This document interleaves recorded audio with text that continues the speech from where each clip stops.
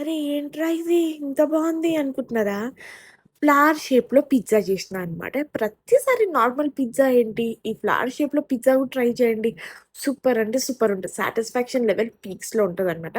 First అయితే మైదా పిండిలో east వేసుకోండి. 1 స్పూన్ ఈస్ట్‌కి 2 స్పూన్స్ షుగర్ అనమాట. ఎప్పుడైతే క్వాంటిటీ ఇంతే పెట్టుకోండి. దాంట్లోకి కావాలంటే మీరు కొంచెం ఉప్పు కూడా వేసుకోవచ్చు. దాని తర్వాత గోరువెచ్చని నీళ్ళనమాట. చెయ్యి ముంచితే మనం బర్దాష్ చేయాలనమాట అంత వేడి. ఆ నీళ్ళు పోసుకొని మంచిగా కలుపుకోండనమాట. దాని తర్వాత ఇందులోకి ఆయిల్ అయితే వేసుకోండి. మీరు కావాలంటే రూమ్ టెంపరేచర్‌లో ఉన్న బటర్ గూడా వేసుకొని మంచిగా నీడైతే చేసుకోండి.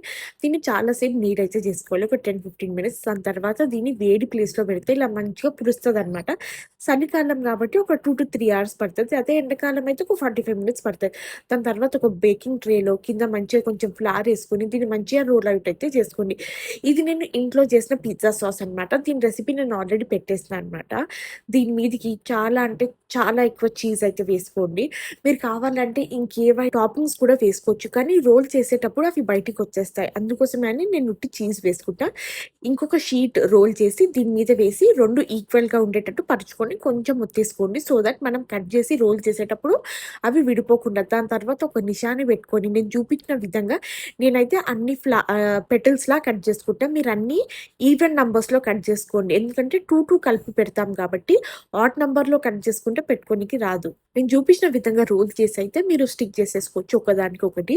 మీకు కావాలంటే కొంచెం వాటర్ పెట్టుకోవచ్చు. బట్ నాకు అవసరం లేకుండే. ఎందుకంటే నా పిండి అప్పుడే ఫ్రెష్ ఉండే కాబట్టి చాలా సాఫ్ట్ ఉండే. సో, ఈజీలీ అది స్టిక్ అయిపోయిండే అనమాట. మీరివన్నీ రోల్ చేసి పెట్టుకున్న తర్వాత దీని మీద మంచిగా మిల్క్ వాష్ లేదా ఎగ్ వాష్ ఏదైనా ఇస్తే మీకింకా కలర్ చాలా డార్క్ ఒస్తది. అలా రోల్ చేసిన తర్వాత 20 మినిట్స్ ప్రీ హీటెడ్ అవెన్‌లో 180 డిగ్రీస్‌కి పెట్టా. చాలా అంటే చాలా టేస్టీ ఉండే. మీరు ట్రై చేసి చెప్పండి ఎలా ఉందో?